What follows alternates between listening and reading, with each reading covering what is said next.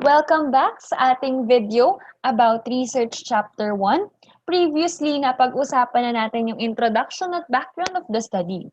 Sa video na to, dalawa ang ating pag-uusapan, the theoretical and conceptual frameworks. Recall natin yung iba't ibang parts ng Chapter 1, the problem and its background, at sa video na to, dalawa ang pag-uusapan nga natin. Simulan natin sa theoretical framework. Pag sinabing theoretical framework, mga theories kung saan nakaangkla or naka-anchor ang research mo. Siyempre, kailangan ito.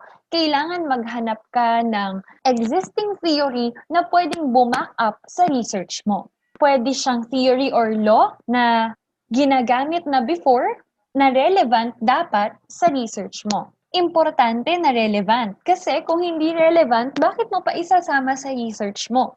Siyempre, doon lang tayo sa mga theories na kayang isupport yung claim mo sa iyong study.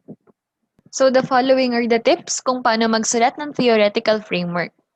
So ito yung mga guide questions na pwede niyong sundan as you write your theoretical framework. What do I know about the phenomenon that I want to study? Ano na ba yung alam mo? Ano na ba yung theories na nabasa mo na pwedeng sumuporta sa phenomenon or sa problem na nasa research mo? What type of knowledge are available to me? Empirical, non-empirical, tacit, intuitive, moral, ethical? What theory will best guide my teaching practice? Ito, this is basically what I am telling you simula pa kanina. Ano yung theory na makakapag-guide sa research mo? Is this theory proven through theory-linked research? Meron ka pa bang ibang research na nakita na ito din ang theories? So maganda rin na mabasa mo rin kung paano nila ginawa yung research nila. Ano-ano pa ang relevant theories na sa tingin mo ay makakatulong, makaka-back up sa iyong study? At ito ang pinaka-importante, paano mo maa-apply ang theories at findings ng ibang research sa study mo? Dito lalabas kung paano naging relevant yung mga theories sa study mo. For the conceptual framework naman, kung kanina sa theoretical framework ay mga theories ng iba, ito namang conceptual framework, ikaw mismo ang gagawa.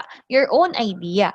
Base sa mga theories na nabasa mo, you will create your own framework kung paano mo susundin or kung paano mo gagawin ang iyong research. Paano mo i-investigate yung significant relationship or significant difference ng variables sa study mo.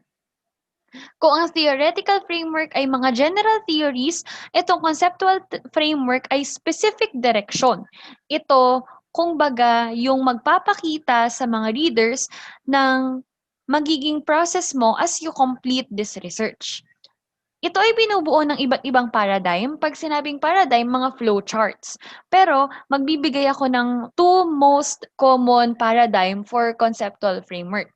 Una ay itong IPO. Pag sinabi nating IPO, we have input, process, and output. Ilalagay mo dito yung mga input variables, paano mo sila ipoproseso, tapos ano yung magiging output after mong gawin yung process. Kadalasan ginagamit ito kapag action research ang involved. Dahil sa action research, meron kang output na set of plans or recommendations na magiging feedback para sa iyong input variables.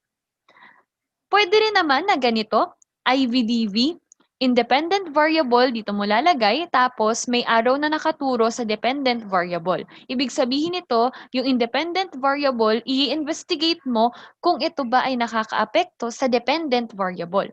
Minsan, nilalagyan pa ng moderating variables kung hindi lang dalawa ang variables na involved. Meron tayong tinatawag na moderating variable, pero itong part na to, syempre, depende kung meron sa research mo. Bibigyan ko kayo ng sample frameworks. Again, this is the frameworks from my own study na ito yung title. Sa study ko, meron akong tatlong theory na nakita na pwedeng sumuporta sa claim ko about spiral progression. Una, we have Brunner's constructivism theory.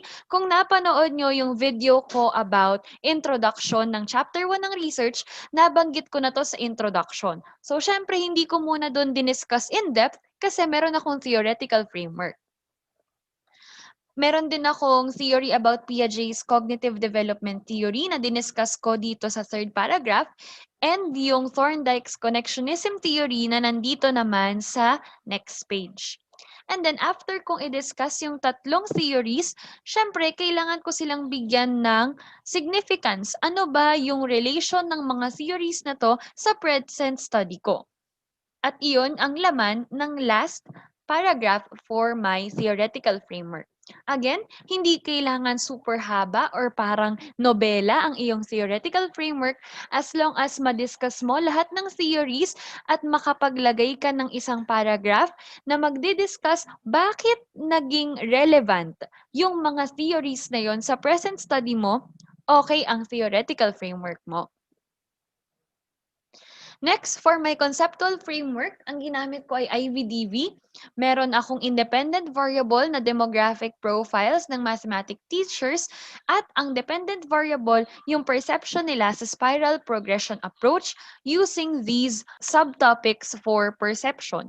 Dito, i-enumerate mo na lahat ng independent variable at dependent variable mo.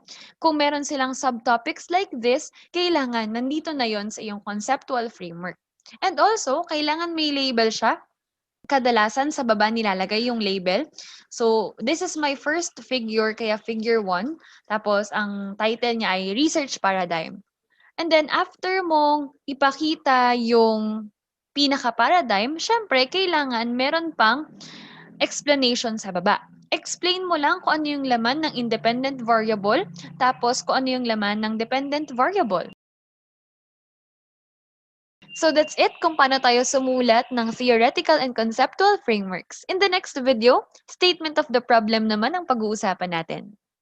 Thank you for watching! If you learned from this video, please give it a huge thumbs up, subscribe to my channel, and hit that bell icon. See you on our next video.